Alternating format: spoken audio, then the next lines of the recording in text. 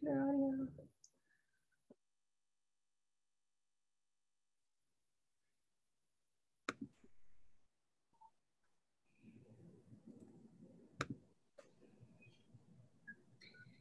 Good Sunday morning, everyone.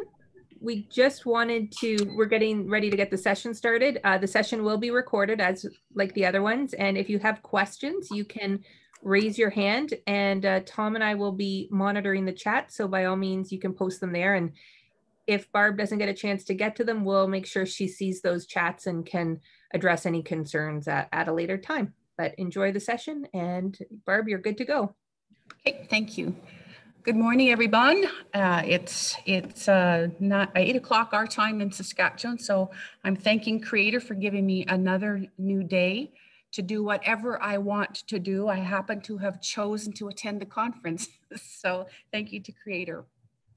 I'd like to point out that, I'm just gonna go back to my first page.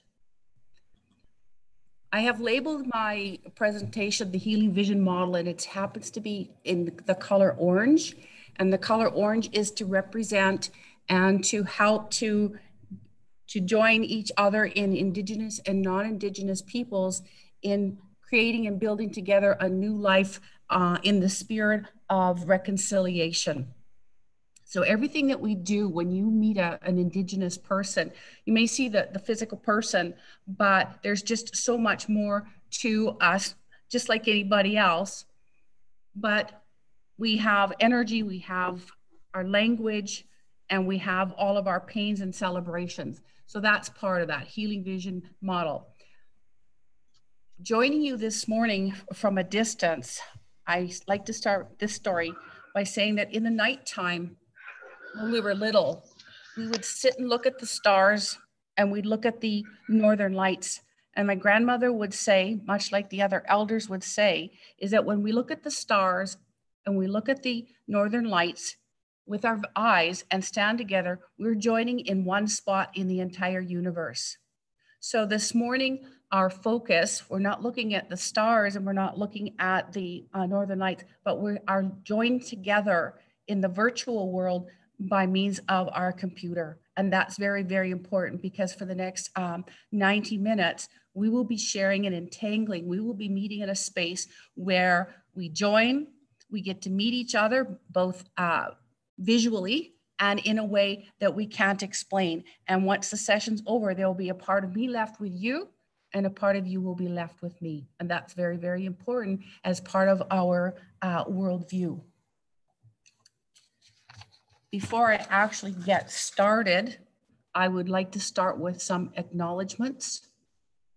I'd like to respectfully and humbly acknowledge that I am presenting the Healing Vision Model in Saskatoon, Saskatchewan. And Saskatoon is located on Treaty 6 territory and the traditional homelands of the Indigenous and Métis people of what is now known as Saskatchewan, who the Métis people and traditional Indigenous peoples were the original guardians of the land. And that's part of our journey on this earth, is to be guardians of the planet. I'd like to acknowledge the life and untimely death of Bonnie Lois LaChance, a young Indigenous woman and friend of mine from the Big River First Nations, who helped me express this model in a traditional Indigenous way using pictures and images. So you'll find over the presentation that what we've done in the Indigenous world is oral tradition, and we often have senses and feelings, and to translate that into language and then to translate it into English is a challenge. And Bonnie was able to work with the non-Indigenous model to create part of that medicine wheel for Indigenous people. I sincerely like to thank the elders who have been my teachers, role models, and healers, and all the people who believed in me, those living and those who have returned back to the stars, all who still guide me. So this presentation, you're hearing me, you're seeing me, but I'm being guided by my ancestors, both here and the living relatives that I have on this planet. The photos that have been taken by myself. And before we move right into the entire presentation, I'd like to join you for a few moments of silence out of respect for all the Indigenous and Inuit and Métis peoples and families whose lives and way of life were forever altered due to colonialism and residential school atrocities. They've endured and asked that the future be reconnected with our authentic selves and way of life. Hi, hi.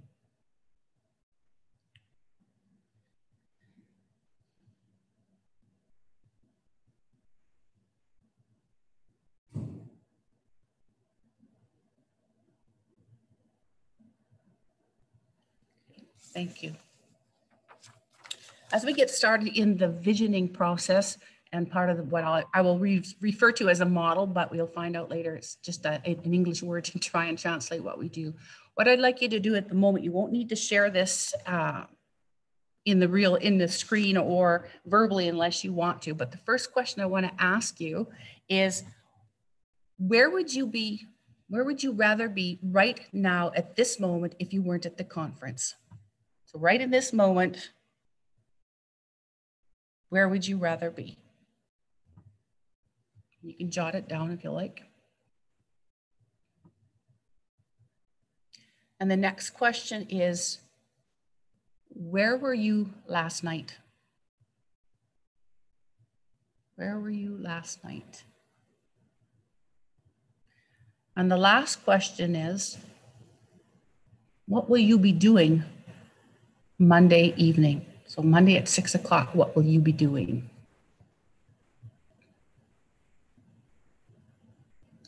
So those three questions got you to start to vision, to look somewhere, to come up with the answer. When I ask you, where would you rather be? Most of you would have stopped, either closed your eyes, looked up, taken a breath and said, okay, that's easy. This is where I'd rather be. And when I said, where were you last night? You'd have to take an extra breath and go, okay. And somewhere in there, you may close your eyes, you may look off to the side, you may look into the blank, and then stop and get a picture of where you were last night. Then there's a little bit more difficulty when I say, well, what do you plan on doing Monday at 6 o'clock? So you will start to think about what you had already pre-planned and start to look at what will I actually be doing? And many of you will start to picture what you're doing. You often likely will use these techniques with your clients.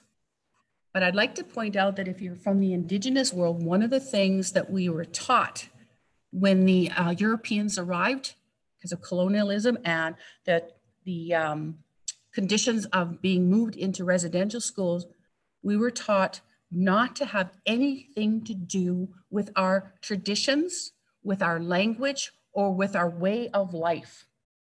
So we have an innate ability, all humans do, but it's been very much a part of the Indigenous world and still is that we have the ability to vision.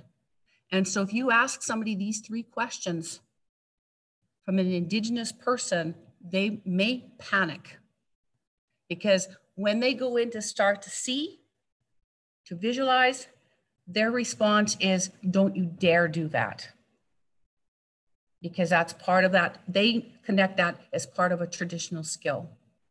I wanted to point that out. What we sometimes think is simple, we're asking somebody to do a traditional skill.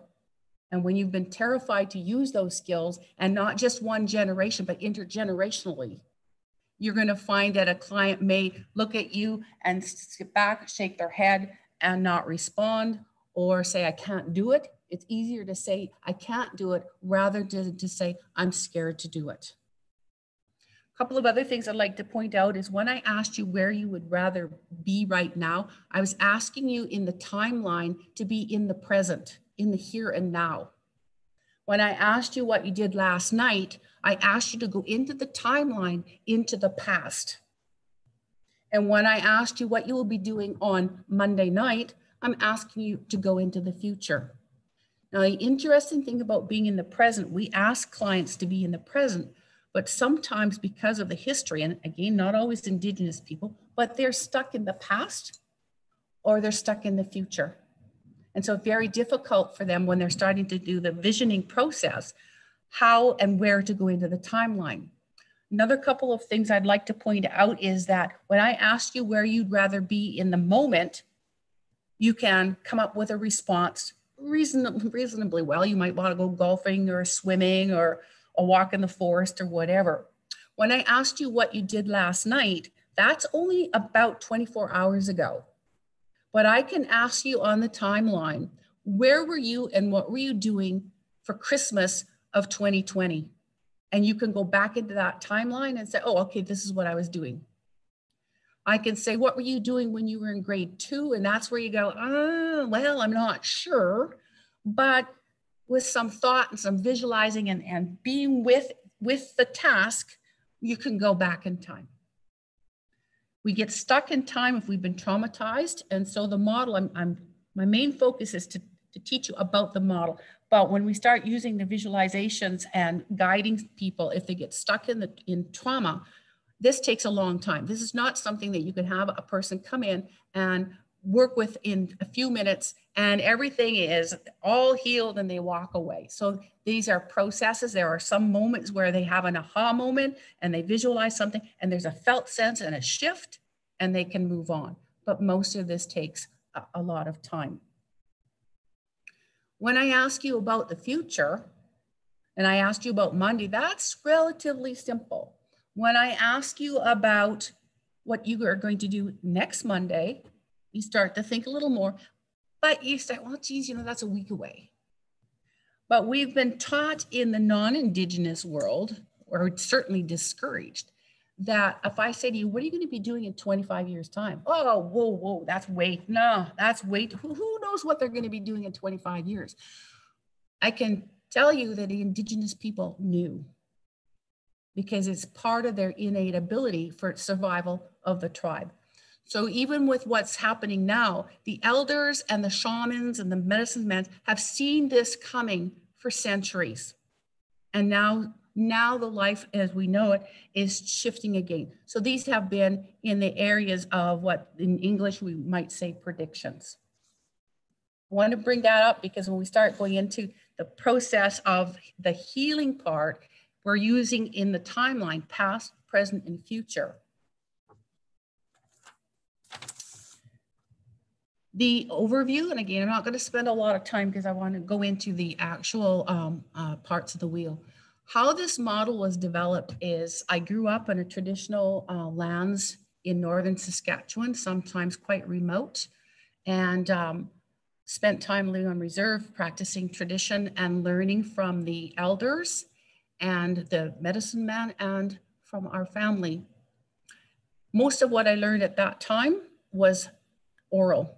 So a lot of this isn't written down. And I really had a lot of respect yesterday for the presenters who were presenting research, because we want evidence-based models and we want research so we can trust and be confident that what we're going to do is safe and valid. In the Indigenous world, oral tradition and handing down stories and ways of life are just as valid and are evidence because an elder says so.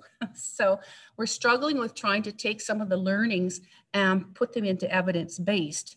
And a quick example of how we've been able to work alongside non-Indigenous is that many of you have probably bought a bottle of aspirins, and you can go to the store and you can buy them, and that's okay because it's gone through a pharmacy. But if you go into the traditional ways of living, all aspirin is the bark of a willow tree. So it's something that we've known for centuries, was discounted and then changed into pharmaceuticals, and now it's a trusted, relied upon medication. So again, we're trying to get that spirit of working together with using our oral, translating it into language, and then translating it into English. So my first opportunity to use and be confident in the visualing process was working with in corrections. I forgot to mention that yesterday. My first job after I went to university. So growing up in the bush to moving to Saskatoon to get my first degree, and then my first job working with Indigenous inmates, I was able to use the healing vision piece, the visioning, but I didn't know what to call it until later. I spent a significant amount of time working in Indigenous communities in addictions, both as training. I have 35 years of experience working as a post-secondary instructor, teaching counseling, addictions counseling, both in the cities and in remote regions. So that's where I was able to help to gain that understanding and further the non-Indigenous model that I'll refer to just down the bullet here with Gerard Egan, the skilled helper, a problem management approach to helping as a reference point. So that was the non-Indigenous version. When I was introduced to it, I thought, okay, this is what we're doing.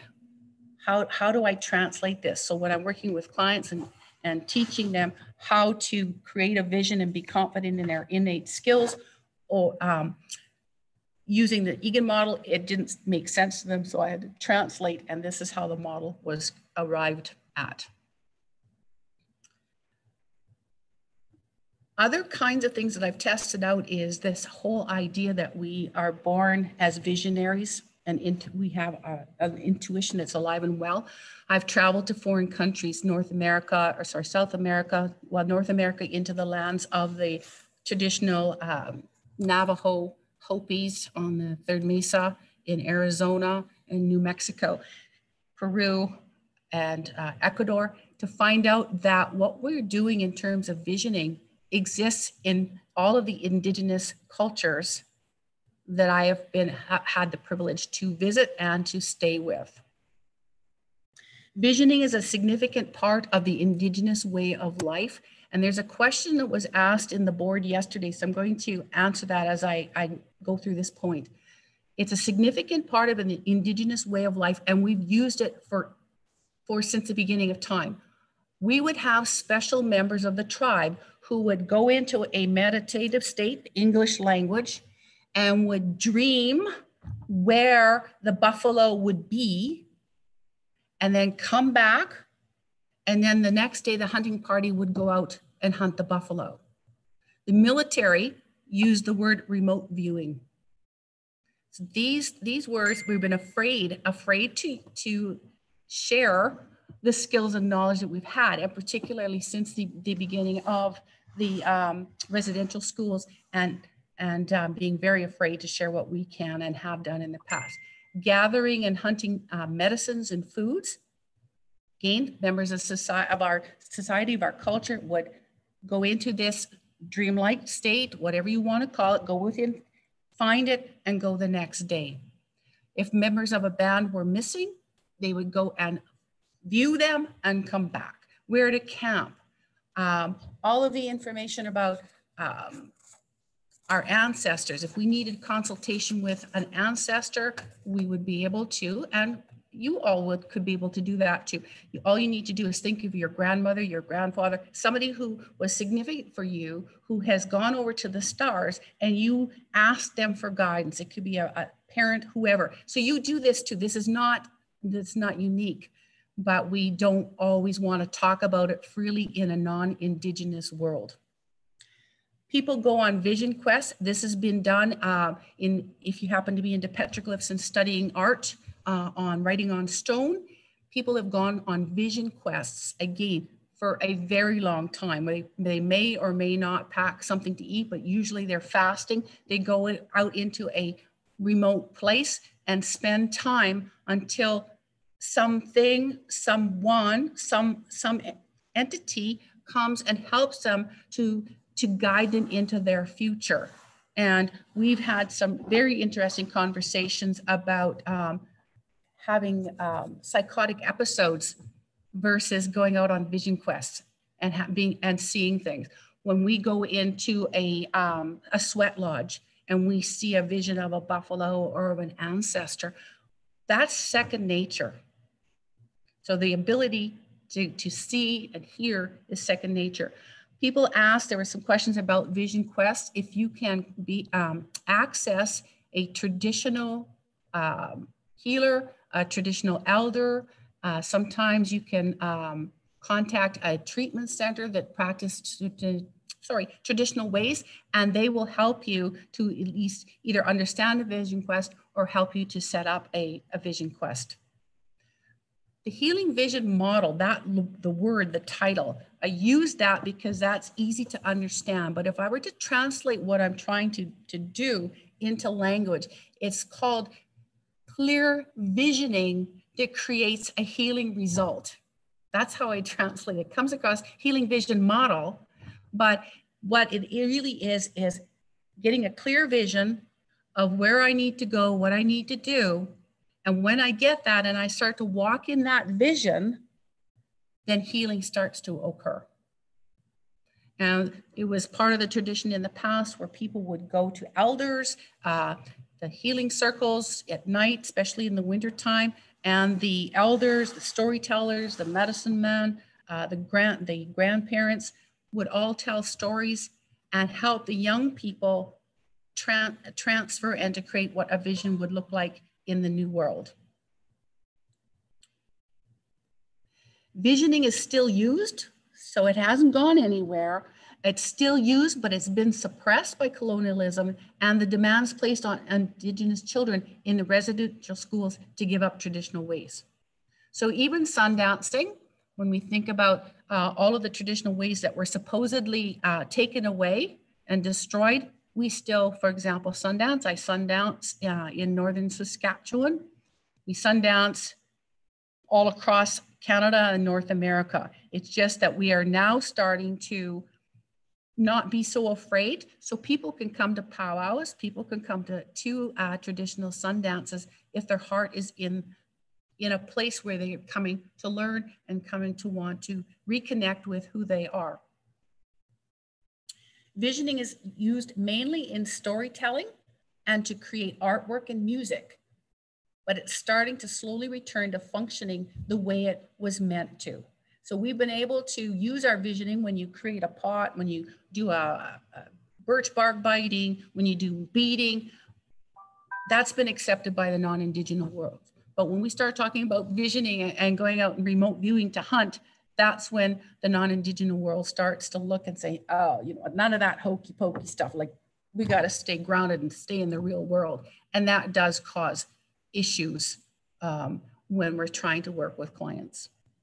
So I keep doing this. So where I'm going to go, I'm going to leave the whole idea of the skilled helper. I will show you the 3 main stages and focus directly on the healing vision model, or the clearing a vision, making a vision to create a healing result. We have in this model, I have 7 sacred stones. In the English language, sometimes we might say pillars, principles, we have a number of words, but I choose the word stones because that's grounded. It's something concrete. We've valued stones in our life because of the memories and the wisdom that they have, that they hold over the centuries. 7 is significant in the Indigenous world because we recognize that there are at least 7 planes of existence. So we're familiar with the physical world, and that's an easy talk. But when we start talking about the hokey pokey stuff in the non-Indigenous world, it shuts us down. We're afraid to talk about it. But when we say our prayers, where are we going? People will look down and say prayers. We're saying, you know what? Go to the sky. It's the universe.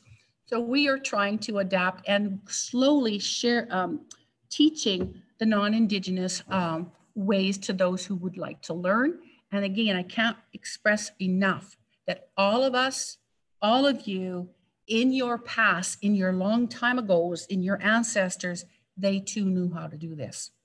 It's just that Indigenous people are still close to the earth and still are primitive enough to be able to access these ways.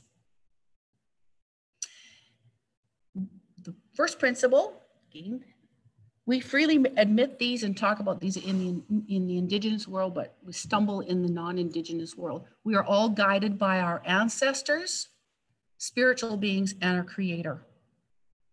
So when we ask and start to create our vision, we are asking ourselves from within to create what the future will hold for us and how to get a life that's healthy and happy for us. Each person has within their being, their universe, the best answers and responses for solutions or directions. We as counselors, and I say counselors because that's an English word, as counselors are really facilitators or coaches. The elders, when people go to elders, go to the medicine man, the shaman. In fact, in the indigenous world in North America, we have healers. We brought in the word shaman from Africa. That is not an indigenous word or position. We have our spiritual healers, we have our medicine man, but shaman was not one that we used in North America.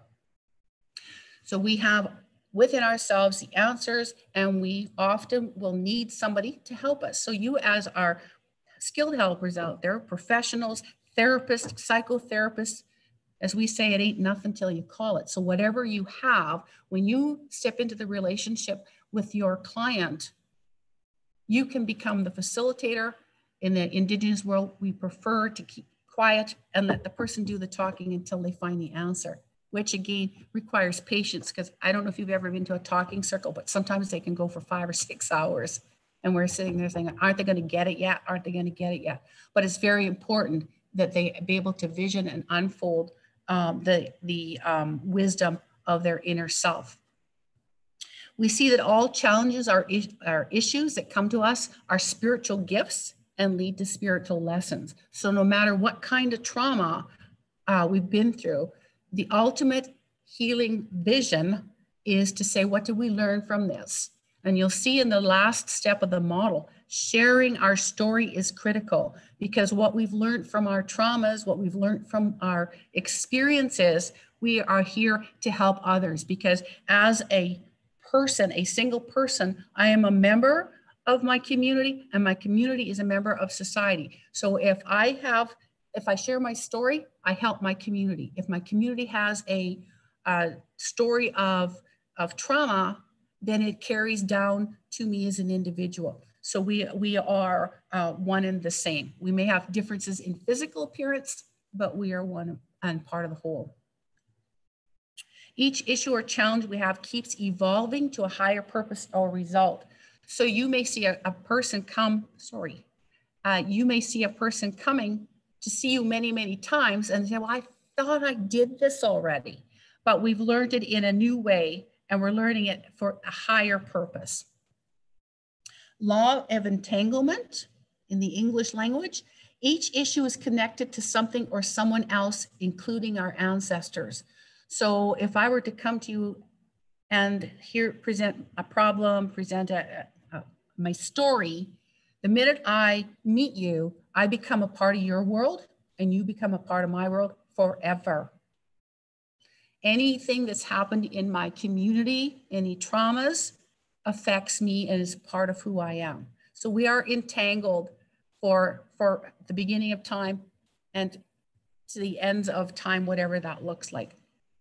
The law of harmony in English, if we see our issue in a holistic way, so if we look through our issue in a holistic way, in all of the ways that we can find, we will find a pathway back to our authentic self. And our goal is to stay in harmony and balance. So that's the ultimate. That's all we want to be here for. We don't want fancy cars. We don't want to have fancy houses. We just want to be happy and centered and be in balance. But realistically, in this day and age, we need jobs and we need to have ways to support ourselves and have income for food. We can't always go out hunting, although the communities that I come from in northern Saskatchewan, we still carry out a lot of traditional ways of life.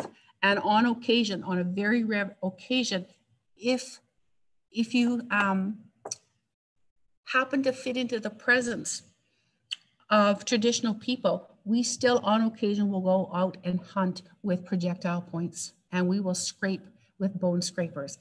They haven't all disappeared. We still are carrying out traditional ways. It's just that we have felt ashamed and fearful to share some of the authentic ways. The last one of the stones of the wisdom of the earth is the law of attraction. If we can vision it, we can make it happen. So we would be encouraged by our grandfathers, by our grandmothers, our elders, make it happen. Think about, look, what does it look like? What does it look like? What do you want to do? What do you want to be? And with their encouragement, we've always said, if you can think it and you dedicate it and committed to it, you can make it happen. And that becomes the part of that, the seventh stone. The actual steps of the model in the English version of it, shall I say, I've written them down in linear, but the model, when I bring it up, will be in a circle. First one is creating a partnership, and I'll go through them in detail as I go along. First is creating a partnership. The second one is reviewing resources. The third one is helping to tell their story.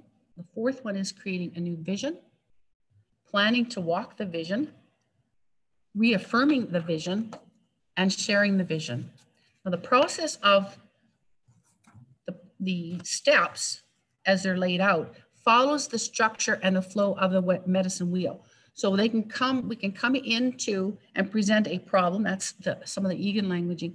We can present a problem anytime. We can come in and with a traumatic event, or we can come in and say, I want to buy a car. We can come in and say, I'm not getting along with my partner.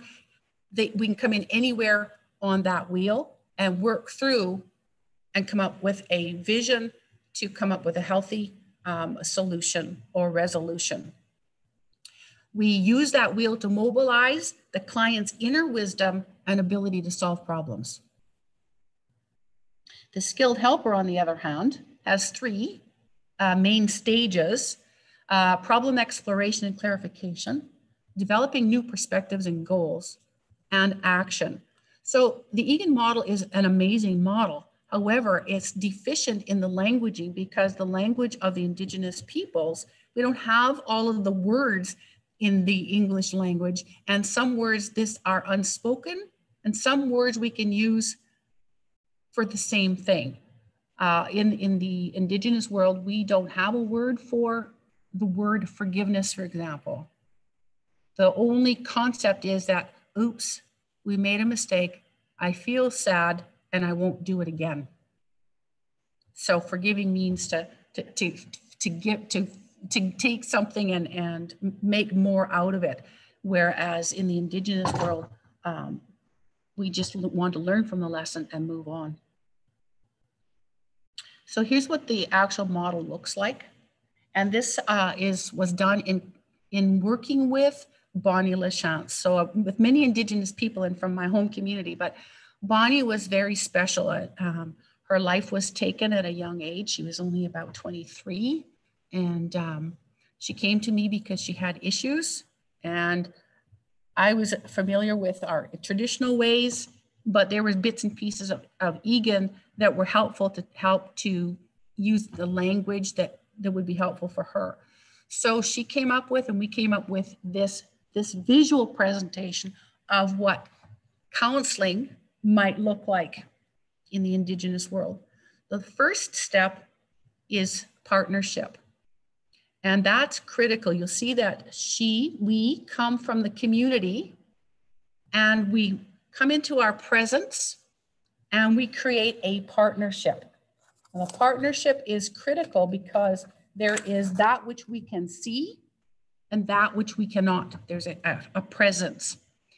The partnership, one of the first customs of Indigenous peoples when we meet somebody, whether it's a counselor or anybody, is we shake hands. We don't do a wet noodle like this, and we don't do it strong as in dominance. We shake hands as in equality. And in that moment, we are connecting physically, and we are connecting in a way that we cannot see. Once we have that partnership formed, we can move on to the next stages. And I'll talk more about the partnership later too.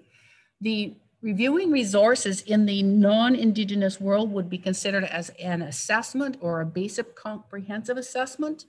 And we, again, go into the wheel. We can ask and help to look at what they have for resources that will get in their way of making the vision happen, manifesting into reality, or what will stop that vision from happening. And each color represents a direction. There are actually 7 directions in the medicine wheel. And so again, part of this whole model is around 7. The 7 directions are the 4 directions, north, south, east, west, above, below, and you'll see in the middle of this model, there is that sort of energy. The 7th direction is our heart, is our intuition, is our energy source. Moving with the partnership, connecting with the energy source, looking at what can get in our way and what won't get into our way. We need the client to help tell their story. And again, that is a gift that Indigenous people and some non-Indigenous people, because if some of you have members in your family where you say, well, they're really quite the storytellers.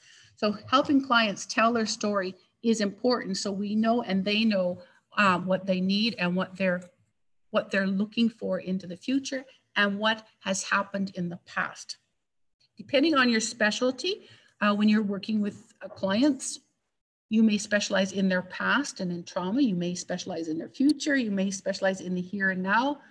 The model can, if I were to sit in a session in a community and work with a group of clients, you would be able to say, oh, she's doing focusing. Oh, she's doing, reality therapy. Oh, she's doing some cognitive behavior therapy, or she's doing, you can recognize some of the bits and pieces by watching what we do. So it's inclusive. When the person's telling their story, you'll see the little lines coming out. That's trying to represent our story in concrete. See, we're bringing a story. We're bringing something from no-see-um into a physical representation to help the person see and hear what happened to me or what I need to do. The next one is creating a new vision. So no matter where I've come from, no matter what's happened to me, the goal is to do something different and to feel better and to be healed with a new way of living. The visions, the diagram itself has got two pieces. It's got the color yellow. Yellow in the Indigenous world is absolutely critical. It's part of when we're visioning and getting into that state, there will be an amber yellow color that will come to help us with our visioning. So you see that there's a fearful side and there's a helpful side. So that struggle to be able to vision and feel safe using the technique, using the ancient ways without being in danger. The next step is around planning to walk the vision, and we've used a moccasin or a mukluk. Standing on the ground, the flowers, the beading on the moccasin represents directly, Bonnie was remembering what her grandmother's mukluk looked like. So this is actually her vision, sharing her safety and confidence in her grandmother in this picture. The next stage is reaffirming the vision. So again, in the non-Indigenous world, I come into to work with the client or I work with the counselor, and this is what I'm gonna do, and I have it all lined up, and sort of we leave by saying, okay, you got your plan? Yeah, let me know how you make out next week. And away they go. In the Indigenous world, there is another intent in there around commitment. And so this picture here is a pipe, a medicine pipe. So burning sage, burning tobacco, sending smoke to the sky, to creator, is another level of commitment that I make that can't be seen. I'm taking that prayer, I'm taking that vision with humility to a power greater than myself, trusting that it also is going to help me in my vision, in my walk. And the next step is sharing the story. So I need to share my story with the community, and you can see there's hearts and squares. That's how we chose to identify people rather than characteristics. We've got different kinds of people in the community. So there's different faces, happy faces, sad faces, loving faces, and a home in the background.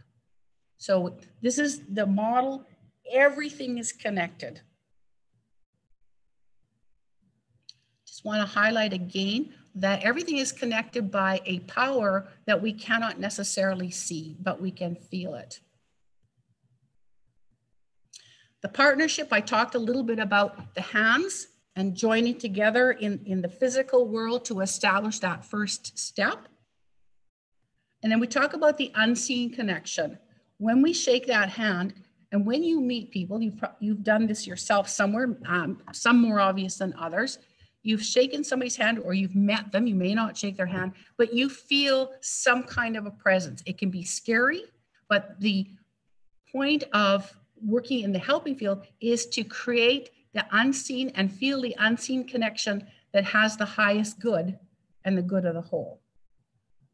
This picture happens to be of a cloud, but many of us, if you look carefully, looks like a person walking in the clouds.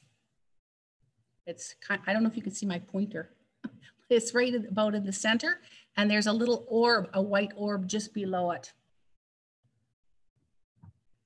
The unseen connection in the Indigenous world with the healing vision and what's required to help create the vision and ensure healthy, safe results, healing results. It's a partnership in an unseen connection created by forming a caring, feeling presence between a power greater than ourselves, the helper, that's us, the skilled helper, the therapist, whatever you want to call ourselves, and the person seeking assistance. So we join together to move forward. In the the non-Indigenous world, we talk about establishing rapport. So we establish rapport, and that the steps that we use in establishing rapport helps to create the connection that we sense. The counselor and the client, the Indigenous helper, the elder, the medicine man, and the person seeking help, we move together like a dance, a very sacred dance. That relationship that's created is seen sacred because Creator is there to provide that guidance. You know, a client will be sitting there and you'll be talking and they'll be talking and all of a sudden just something comes to you, an aha, and you can see or sense what really is going on. That's what we're talking about in terms of that dance. You may take over and share what in the English words might be is an empathic word, or in our world, we talk about nonverbal empathy, which means for the most part, it's a caring, feeling presence and letting the client know you somehow understand what they have been through without saying anything, because there are no words that can express your understanding adequately. So you'll see in talking circles, healing circles, sharing circles, there's different names, some with different purposes, but the elders who lead those circles will start by saying a prayer using some tobacco or sweetgrass, and then it's turned over to the people. And they create the presence and the safety for them to express whatever's going on for themselves. So the issue with that in terms of non-Indigenous is I was really a happy, really good, authentic therapist, addictions counselor when I started studying Egan, because I whipped out all my pictures of feeling words. Like there's a gazillion of them, right? Happy, sad, mad, glad, frustrated. There's a whole gamut of them. In the Indigenous language, we don't have all those words. And so it's trying to translate these feelings or expressions or energies into a verbal language. So sometimes that gets fearful with an Indigenous or as an Indigenous person, because I can't come up with the word. Well, you need to get in touch with your feelings. Hey man, I am in touch with my feelings. It's a presence there, I got it. But expressing them and knowing what they mean becomes the challenge. And it only deepens the fear when I'm supposed to come up with a word that in the non-Indigenous world means something. I'm not saying it's good or bad. You can just understand where a person's coming from. Is it you're struggling as a non-Indigenous person to try and form that relationship so that they can move on in their life as well. So it's all good. Reviewing resources or taking that inventory We're looking through, again, all areas of one's life. Most common are the four: the mind, body, and spirit. And found mind, body, and spirit are the top three. And then sometimes you'll see social in there. But in this model, we have 6 different pieces because they are all different. Our physical and mental well-being is different than what we have, which is material. Our spirit and what we have in the spiritual world is different, but it's all part of the rest of who we are.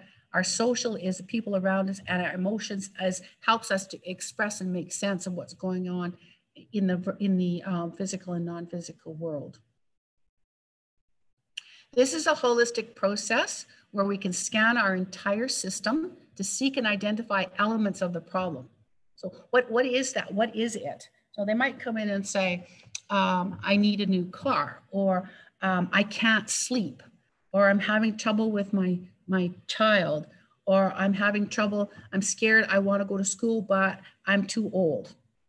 So they come in with a something, and what we want to do is just to eventually flush out all of what that looks like, because that helps with creating a solid vision of what they need to do to overcome or to be successful or to accomplish what they do want their vision to be. And most people will come in with a hint of what they want. It's a fuzzy that they have a sense of what they want, but it's not concrete enough. And that's where you're coming in with that visioning piece, the components. How do we make it help them to be concrete? We complete this process, also known as assessment, using the components and motion of the medicine wheel. So we can start with a person's physical, or they can start with the physical. They come in and say, you know what, I'm sick. I need to get off drugs. Or they might come in and say, I've been clean and sober for a long, long time, and something's happening to me. I need to be more of who I am. So they can come in anywhere on that wheel and move back and forth on it to help clarify what they need and where they're going or what they want to accomplish. We look for hints or possible answers using our intuition. So they come in with, this is what I think I want to do, or this is what's happening to me. And the rest, they go inside to find out, to visit, to be with, to get out into the auditory, into the world, so we know how to work with it. So our inner voice is our guide, and our elders, medicine men, have always encouraged, and we've always known the answer is not out there, you got to go inside. And we're getting braver as Indigenous people to talk this language and not fear offending people, because we're using these ideas, and that we're not going to get into trouble, and we're not going to get into solitary confinement. We're not going to get our meals withheld from us if we talk about being guided by something that's in our hearts and in our minds. We identify and focus on all the assets, good or bad. You hear the word good medicine and you hear the word bad medicine. It simply means, what have we got that's going to work for us, that's going to help us and keep us safe, and what's going to harm us or get in the way or stop us from getting what we want. And that, in translating it, is medicine, because the medicine is the language, is the word that we try to use when we're expressing energy. It's the good force and it's the bad forces. And people can understand medicines, a good medicine and a bad medicine. So that's why we use the word often, is word medicine, because there isn't an English word for the forces, unless you do an Egan where he says facilitating forces and restraining forces. But again, we have to translate that into Indigenous world as what is going to stop you and what's going to help you.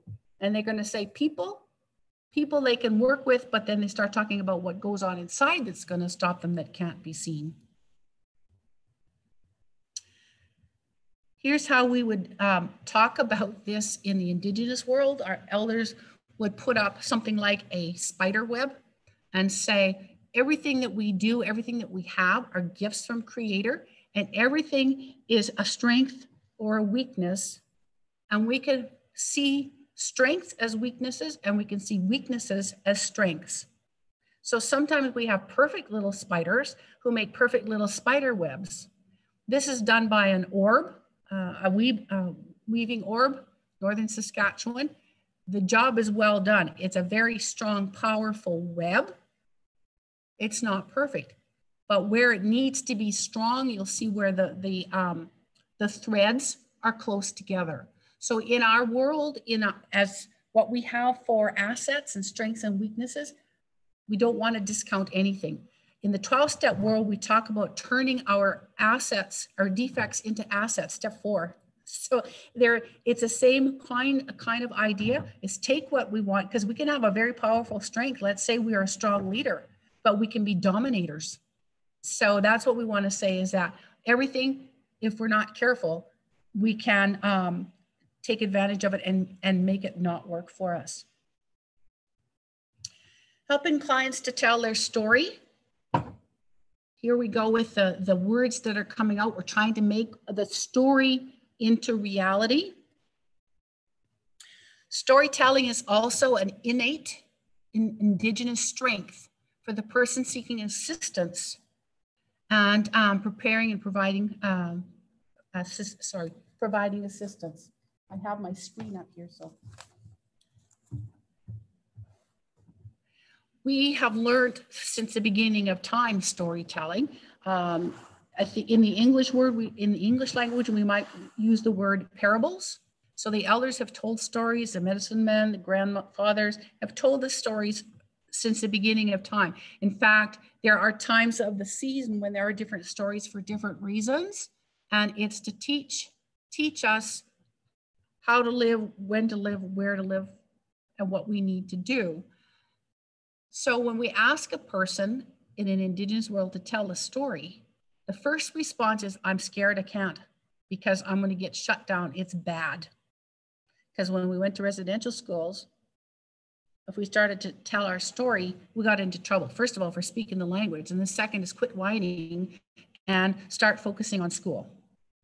But in the true Indigenous world, if you have the chance to work with an Indigenous person and build that trust, or you go into an Indigenous treatment center and hear the storytelling, man, they don't stop. They on and on, because they just bring out the stories for a long time. Sometimes they can do it for hours. So it's innate, and you have family members in your ancestry that could do this too. They tell the story, in this case, as it applies to skilled helping, they tell their story because we and they need to get a sense of what their story is, what has happened in their life, what's getting in their way, or what's stopping them from being who they are or who they want to be. We need to get a sense of what they want. So what happened? What do they want? And here's a term. We wouldn't have really dared use this term. It's the English term for it, but we are quite well versed in the non-Indigenous world with the term cognitive dissonance. This means that we have two opposing ideas and we get confused or upset, or we struggle because there's two opposing ideas. And once somebody teaches us something about the ideas, we can start to put the ideas together and reconcile and make sense of it. Cosmic dissonance is who we are now versus our spiritual purpose and who we're meant to be. So I can get all my act together, all my thoughts together, but there is going to be a voice inside that's saying there's something it's not right. I'm trying to be somebody, something, but I don't know what it is. In the Indigenous world, there has been help since the beginning of time with people helping the ancestors, traditions, elders, and our medicine mans. When we were born, we're quite often, until a certain age, referred to as my boy and my girl, my little ones, my babies. But we used to have a naming ceremony, and we would be watched playing, dancing, storytelling, all of the things that we would do as children. And then the elders would watch and would give us a name. And that would help us to discover and to start walking our journey of who we are. And that got lost. We had to come up with English names that really didn't mean anything. I kind of smile about this because sometimes the Indigenous names in the non-Indigenous world, we can't pronounce them. So you hear words like runs with many squirrels, or you hear woman who walks into world, great eagle flyer. You'll hear those things, but that's a part of their identity, their clan name. If their last name was Bear or Antelope or Badger, that also helped to give an idea of who they are. Nowadays, names are names. So secretly, names have been given in Indigenous world for a long time. They just haven't been shared. And part of that is we need to be able to be open about, I'm not sure of who I am. I have some ideas, but I'm scared to talk to you about it. And lots of times people are healers, people are, they can be a healer, end up being a doctor. They can be a storyteller and end up being a teacher. It's translating what they vision and what it looks like into concrete, and so that they can create who they are. When they're visioning their stories into the healing part, we can go into and vision what was the past, what was like, what's it like now, which is present, and what I want it to be in the future. And we can start anywhere. Okay? The client, Indigenous person can come in and start with what's happening. They can talk about what got in their way, or they can come in and talk about what they want. The thing is that we want to get them into the timeline and understand that when they say, I'm gonna, I wanna, they have to start walking in the present to do it. If they have a picture of their future and they say, but I don't think, I try, they're stuck in the past. So what we want to be able to do is to get into the present so that they can walk with their moccasin on the ground firmly into their future that helps in a healing way. Less words, translating Indigenous languaging into non-Indigenous language is often difficult. So lots of times what I'll do, because I'm familiar with 3 dialects of Cree, that's my ancestry, but I've also worked with the Dene, which are northern Saskatchewan, and the Navajo, which is also Dene. The Navajo peoples in Arizona migrated down from the northern Canada about 1,000 years ago. So the languaging, I'm not familiar with the languaging, but I will get a person to do their vision and what they want to speak in their own language and translate what little they can to me in English. I would rather prefer that they be able to speak in their own language, or if I'm uncertain, I will get somebody who can speak that language to help them, because it's difficult sometimes to translate back and forth. Creating a new vision. You're going to get a chance in a minute here to actually work in creating your own vision. So creating a new vision, what's my new life going to look like? What's my life going to look like, without saying that everything in this new vision is going to make everything all better and life is going to be perfect. We don't work in that absolute. We just say, what can we do right now to make a picture that's going to help us heal and walk more into who we are and walk more into the future. So what are the components? Well, here we go. We're trying to translate Indigenous words, Indigenous processes into the English language. So if I'm going to be in a visioning moment, trying to look into what I want my world to be, who I want to be, what I want to do, what I want to have, I need to be able to see. And in the English language, it's called clairvoyance. I am going in to see what it is that it's going to look like. Some people can see things easier. Some people can hear things. So it's holistic. They're going to see the vision. They're going to hear it. Clairaudience means that they hear the voices. Clairsentience means that they recognize the feelings that go with it. And again, there may not be an English word for it, but there is a sense of what goes with that picture. Claircognizance is the knowingness. What's that word when you say, oh, I don't know, I just know. I just got that feeling. I just know. What you're trying to express is that inner communication of the sense, the clairsentience, the feeling, and you know. The challenge is to say the words or to show the pictures that can help express that, because that's the concrete. An image or a voice is more concrete than a feeling or a knowingness. And yet the Indigenous peoples are more fluent in the sentience and the knowingness than trying to express it. If I'm going to vision, going to go in there, I need to approach it with curiosity. This is a challenge because when Indigenous peoples try to start to vision, they don't go in with curiosity. Sometimes they go in with shame. They go in with fear. They go in with doubt that it can't happen. And so clearing a space and having them build the trust that when they come up with a vision is going to work for them, and that as a skilled helper or an elder or medicine man, that I'm going to help them to make it happen. I need to be with the vision. So again, going in and saying, okay, yeah, I'm going to do this. I'm going to do that. This is how I want it to do. I'm going to go, I'm going to get sober. I'm going to go to a AA meeting, and I'm going to go to the meeting, and I'm going to meet 2 people, and I'm going to make new friends, and I'm going to stay sober. Let's slow down a little bit and get a sense of if it's sobriety or if it's being healthy. Be in that moment so that you can get it grounded and get a sense and have it flow through your entire being. And when you're being with it and taking that extra time, you're anchoring it. And sometimes we want to do this quickly, and so they don't get the full visioning. Fearing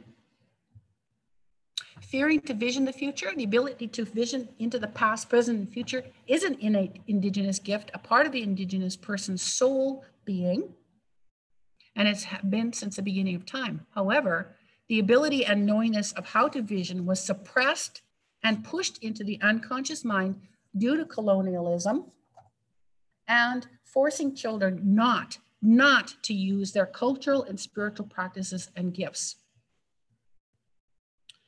Indigenous peoples have been afraid to use these abilities to vision and create future pictures of what their life could be because of reprimands, suppression, and fear of being physically abused. And if you ever have a chance to sit and listen to people telling their stories about being in residential schools, day schools, or living there full time, you'll hear some of the horrific attempts by the teachers and the people running the schools to stop them from being who they are, to stop their traditions and their beliefs. Rest assured that anyone can learn to use the healing vision process. And just so you know, you all use it. You just maybe not have made the connection and using the same words. Does anybody have any questions? I'm trying to make sure I'm watching my time here. So, and Tom and Jen haven't said anything, so I'm just going to keep going. Practicing to vision and exercise.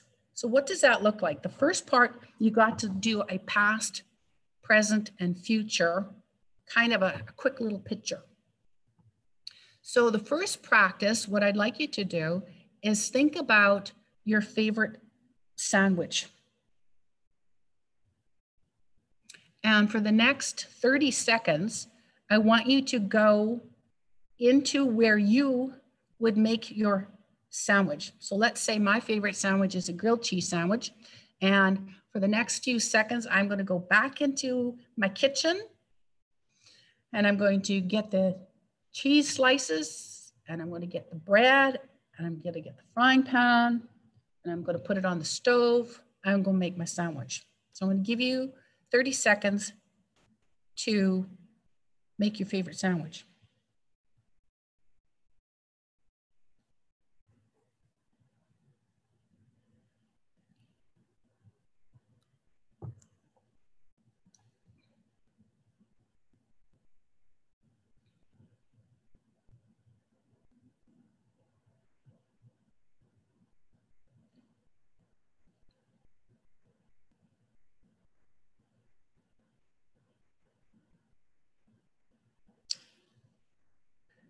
Okay, I'm not sure whether you got it grilled if you had a cheese sandwich, but what was that like for you to actually go in? See, that's the space. You cleared a space to go in to a visioning point of your being. There's nothing magic about it. It's taking the space, creating the space. The topic was fairly safe in that we all have something that we like to eat. Although I say it with caution, because if children have been raised on their own and survived and didn't have much for food, this activity also is very difficult.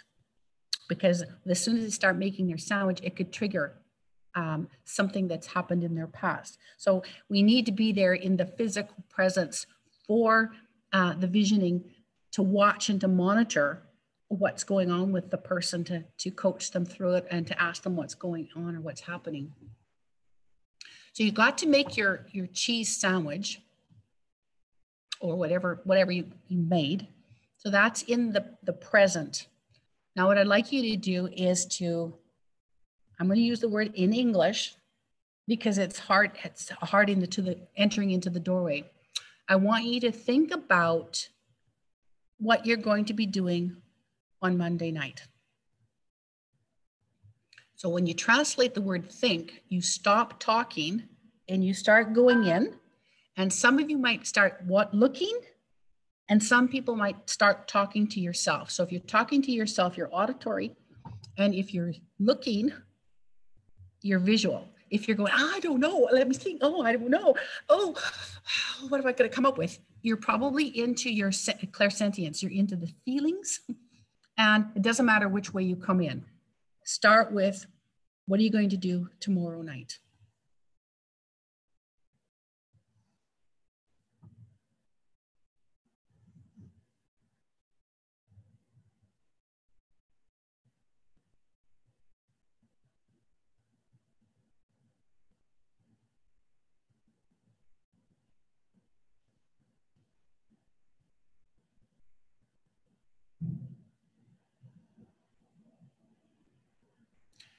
Okay, so you've had it. So again, the minute I ask you what you're going to do tomorrow tomorrow, say at 6 o'clock, that gives you a frame of reference on the timeline. And you cleared a space and went in and started to create the vision. When you start putting together, okay, I'm going to make supper, or I start work at 6 o'clock. My daughter's coming home from school at 6 o'clock. You're starting to make that fuzzy into something concrete. And the goal in here is to make it manifest into reality, into the physical world. Does that make sense? I'm hoping that you've got the space, you're visioning, you do it all the time. So some of you are probably saying, well, geez, I know what this is. But how many of you, first of all, have expressed it or made the connection, or have felt safe enough to talk about these things? Now, as a person working in your office with a client and there's nobody else around, that's where you probably feel confident to ask somebody to be with or to visualize as part of your skills. In the Indigenous world, it wasn't even questioned. It's just in the moment, they visualize what they need to do. If a child was running around and fell in the water and they didn't know how to swim, automatically their instinct would kick into another source that would provide them what to do. So we do this. You've just had a chance to work with it, and then we move it into the next step. So you've got a fuzzy, or some of it's more clear about what you might be doing tomorrow night. So let's take that fuzzy picture, or some of you may have it more concrete. I'm being fairly generous with you. I'm asking about tomorrow night, but when we're working with our Indigenous peoples, we have no qualms about saying, what are you going to do when you're old and have no teeth? Because on the timeline, it's just a timeline. It's the non-Indigenous says that there are 24 hours in a day, and that there is a clock, and that there's 365 days in the year. And then we laugh about the Indigenous time, Indian time, because we need a frame. We need an anchor to say, if you're going to be there at 6 o'clock to start supper, be there at 6 o'clock. And so it becomes a skill In the old world, even in the indigenous world, I just am working with a project in the Amazon with a healer, Juan Carlos Palominos. In terms of that timeline, they don't, and they are less aware of time than here because they still are very primitive, and they struggle with the times that we talk about. But they have rainy season and they have non-rainy season. And so what you're trying to do in the non-Indigenous world and the Indigenous world is also to join together in an understanding of timelines. So when they're walking back to the model, walking the vision, so you've got an idea, a picture in your mind, starting to solidify. Now, you can't just have the idea. In the Indigenous world and non-Indigenous world, we want you to walk your talk. We want you to show us and to do what you say you're going to do. So you want to bring your vision into the physical world. In Egan, we're talking about goal setting. What do you want to do? And there's many different models, many different trainings that you have about setting goals. In the easy language is, what do you want to do? And another easy phrase is, how are you going to get it? And if you're going to get it and you have an idea of what you want to do, the other component to that, so there's the skill and the knowledge, but you need to value it. You need to have an attitude about what it is that you're going to do as well. So if you're going to do what you're going to do at 6 o'clock tomorrow, in order to be successful, you're going to have to make it a priority or believe that it's important. So with the moccasin, we're looking at, in that stage, ensuring that as an Indigenous person, or if you're using the model with non-Indigenous, that they understand that that there is something that they really want to do, but they actually have to do it. They got to put their foot on the ground and take the steps towards doing it. Once they have the plan in place, it's trying to do it. And here we go, not only do we have to value it and believe it, but so often in the Indigenous world, all their plans have been destroyed. You can't do that. You're too stupid. That's never going to happen. You got to do it the way we want to do it. And growing up in a dysfunctional home is really no different. They've been discouraged for so long that they need to learn how to believe that it's going to happen as well. So now we have a vision, we have an idea, we've got a picture and a sense of what we're going to do. We're going to believe in it. We know that we need to walk in it, but I'm still tipping there saying, well, I just need I need that extra force, that extra something to give me the push. And that's where we have the pipe in the Indigenous world. There are other techniques that we can use that are non-Indigenous, prayer beads, being able to do visualizations. Sometimes we have a lucky rabbit in our pocket, whatever it is, a lucky charm, a marble, a crystal. What is it? In the Indigenous world, it's very, very sacred to have a pipe. The pipe, the bowl, and the stem, the male and the female joining together with the tobacco makes the commitment of a yin and yang, male and female, that we take all of who I am and send that request to the power greater than ourselves. We happen to choose to call it creator. You may choose it to call it something else, and have faith that that smoke is going up there, telling and affirming what it is that we want to do, and that they will be there. The ancestors, our spirit guides, our angels, whatever you want to call them, that will be there and promise that they will be with us to help us carry out that vision. So it's a very important step. Just walking out of the office and saying, okay, let me know on Monday how you made out. We need to take that time to make the steps be more solid. We reaffirm our commitment to our vision using the tobacco. And carry it from our pipes to carry our commitment and vision to Creator and to our ancestors.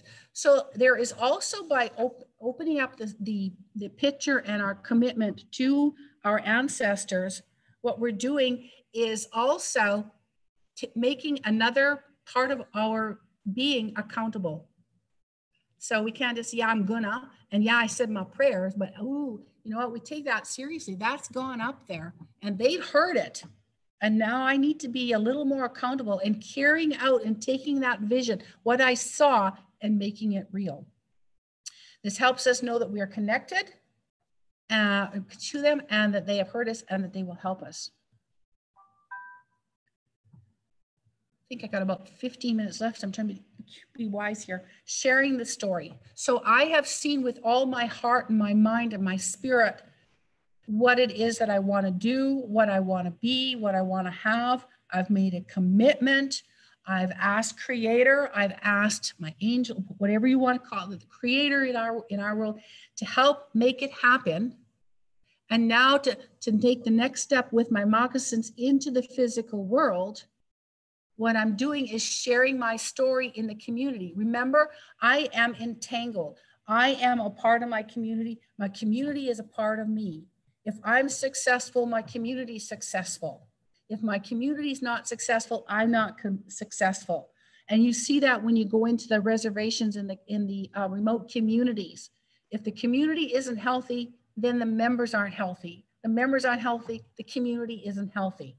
So if I have a healthy, healing vision and I share it with the community in our old way, in our old knowingness, in the spirit of tribal mentality, I have a commitment deep down inside that I need to bring back through my sort of my drug infested mind to support my tribal members. So it's really important that I share my story with my family. This is what I want to do. This is how I'm going to do it. This is where I need you to help me. This is where I need to do it on my own. And I'm sharing it with the members of the community. Some of the lessons that have been taught that are not Indigenous is to eat your own young. We say a prayer when we have a vision of what we want, but the biggest forces in our way are our community members for fear of success or getting ahead, because our tribal mentality is equality. So if I can say, I want to be a teacher so I can help the band and my community, then I'm going to get more support than saying, I'm going to be a teacher and make lots of money, and I'm only going to work, 10 months of the year, and I'm only going to work, 8-hour days. That's selfish. And so when we're sharing our story, we want to ensure that it has the community and myself in mind. And we're going to be way more successful by doing that. It makes our commitment real. It helps others in the community know what each other needs to do to help me and to help them in the terms of support. It carries a message of hope for others and for self, which means that every success that I have, every moment of my vision, every little piece that comes into reality and I share, I give hope for those that are standing beside me, behind me, and that will be coming and have gone ahead of me.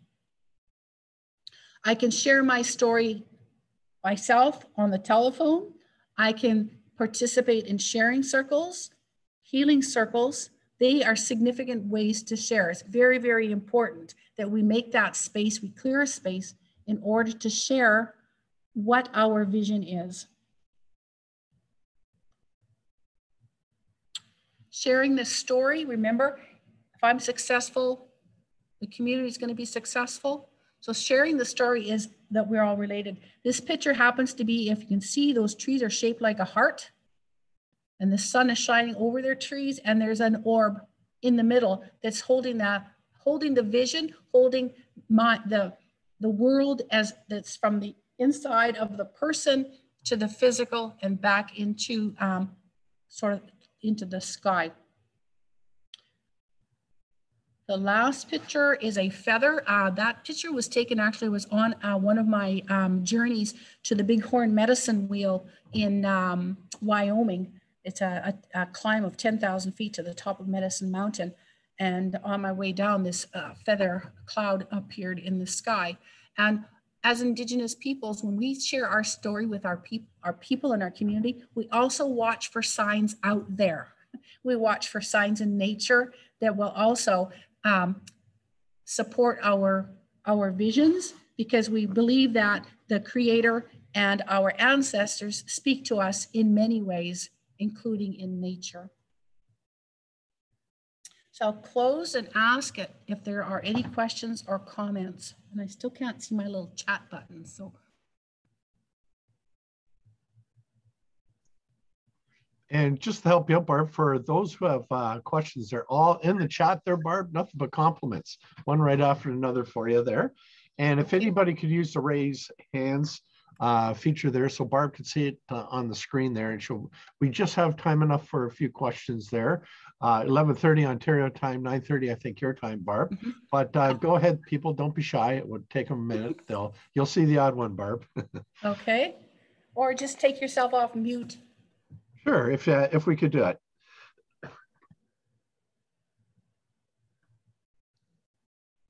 nice. Okay. Wanda's raised her hand. Wanda, have you got a comment? Actually, kind of a question. I guess maybe uneasy with it. I don't know. Like you said, there's no silly question.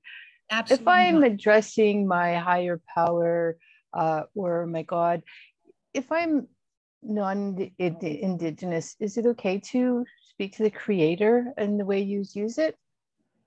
Absolutely. When you're non-Indigenous, much like when you're Indigenous, in the intent, there's a feeling that goes with this. So if you're going to use the word God and I use the word Creator or Yahweh or Allah, whatever, if there's an intent, that mystical connection, the genuineness and honesty, you can call your Creator whatever you want, because we can sense that we're in the same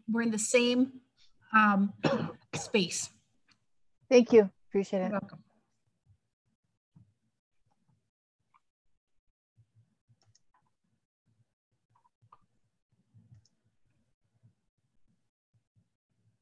Anybody else?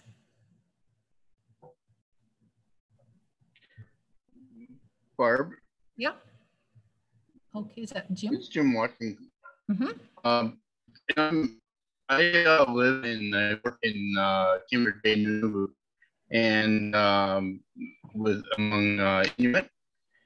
And I've had the opportunity to have mentors from both First Nations and Inuit mentors help me with growth and understanding and that type of thing. I'm a non-Indigenous man from Ontario, but what I recognize, there's huge value in all of this, and what I teach social work in Nunavut Arctic College. Mm-hmm. And what we try to do is recognize that indigenous knowledge is so important and is vital to life, especially in the Inuit communities and around language and culture and what's happened through colonization, residential schools, and the intergenerational traumas. Mm-hmm. And the fact that there are 23 different dialects of Inuktitut, and among the 26 different communities in Nunavut, and the dialect, which is called Inuinnaqtun in Cambridge Bay in Kitikmeot region. Basically, when I first went to Cambridge Bay in 2015, it was identified that there were only 269 speakers left of that language. Now they've done a lot of revitalization, which is Mm-hmm. helping culture.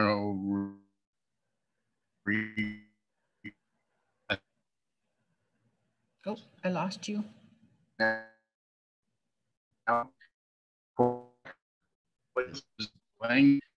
Knowledge you're talking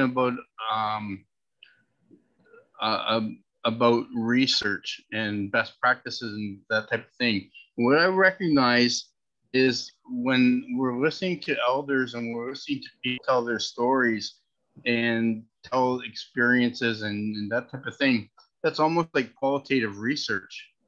And using that as the basis of the knowledge. And in Nunavut, we have what's known as Inuit Kayumai Tudkanit, which is Inuit knowledge, and there are 8 principles. So they would be somewhat similar to your 7 stones, and those are the 8 principles of Inuit knowledge that work around the Inuit culture. So just a comment about that, because I think it's really important for me as a non-Indigenous person to identify the importance of Indigenous knowledge, and the fact that what we have in being passed down by elders and healers and such is the research, and that is the important piece of building on those best practices and working with that. So thank you very much for what you've presented, the visioning pieces. There's an awful lot of there's a huge amount of difference between Inuit culture and First Nation culture, and in practices and those types of things. But the vision piece is really important throughout both work. Thank you. There was another person hand up. I think maybe you'll have to go into the question boxes. It's 9:28, and I think the next session starts in about 2 minutes. So yeah, Barb, there's just one person, John Marshall. There we might have time. Might not have time, and Jen might have to cut us off there. But John, you might have to send Barb a message there if you don't mind. Sure. I'll do that. Thanks. Okay, that's great. Okay, thank you, Barb. Thank you, everyone. Bye-bye. Thanks, everyone.